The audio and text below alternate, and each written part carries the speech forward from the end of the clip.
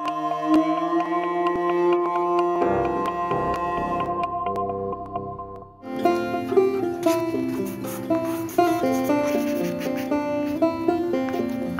really interested in the psychology and the human condition, and I think working with the figure evokes this emotional response with the viewer that other subject matter really can't do. All of the little girls are a representation of myself, and the old man is my grandfather. I'm J.M. Culver, and I'm a figurative artist. My work is influenced specifically of growing up around my grandfather who suffered from schizophrenia, and it's a way of working through my own anxieties and frustrations and vulnerabilities of childhood. I never actually use photographs of my grandfather. I think that would make it too difficult. I would focus too much on the likeness. Visual journaling really helps me piece together my ideas. A lot of it's very fragmented.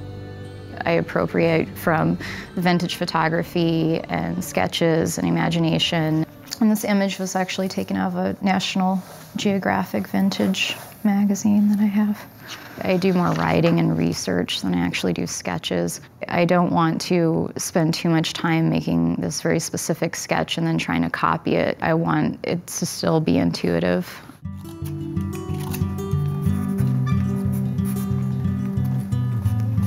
I work large because I find it very challenging, and I like the physicality of moving up and down on a ladder and getting on the floor and using my entire body working on the surface, and it really helps me with my anxiety and any emotions that I have. I don't want to spend too much time and overwork a piece, and so I'd rather work really fast and just get it out there, and if it doesn't work, then tear it down and move to the next. I work in a lot of layers, almost in a sculptural way of carving them out and scratching into the surface, putting these veils of acrylic in the smudgy atmospheric and charcoal.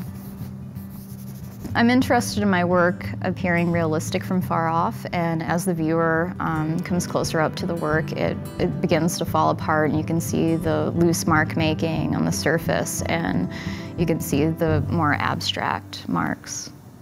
A lot of people see my work and they're able to relate with their own experiences, and they definitely have an emotional response to it. I've had a few people say my work is disturbing. I think that maybe when you're first glancing at certain pieces, it can appear disturbing, or maybe certain pieces appear sweet, but I think there's a lot of layers underneath.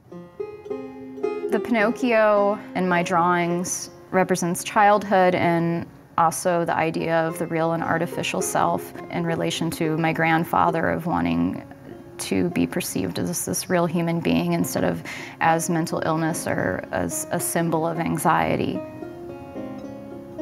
The threads that are connecting Pinocchio are twisting around and going up to these birds that are trying to fly away and represent freedom, but the figure is completely grounded at the same time. The little girl's stare is actually looking past the viewer, and it's very serious, and it feels like almost lost.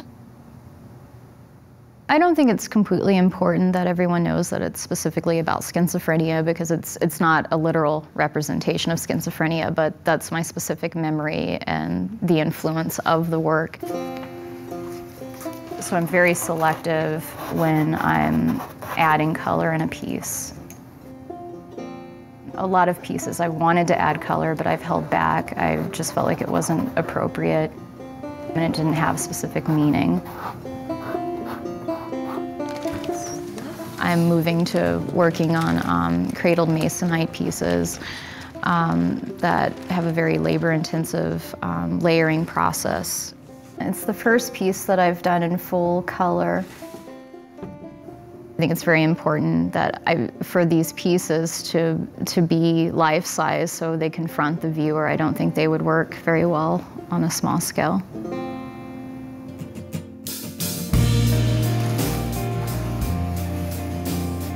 It is a little bit of a challenge to show my work of finding gallery space that is large enough to accommodate. Some of my pieces are at least 13 feet tall. My heart beats really fast when I'm putting up the drawings. It's really nerve-wracking and It's very stressful until I'm able to step away and take a breath, and the process is over with. When there's first some waves or a tear, I get really upset about it. It bothers me, and I feel like it ruined the drawing. And then over time, when I see it like this, I think it really adds to the piece and the physicality and the visceral quality of it. I want to be able to work out my own demons and my own experiences and be able to understand the past as well as the present. But I want the viewer to be able to connect to it and for there to be this emotional response that really resonates with them.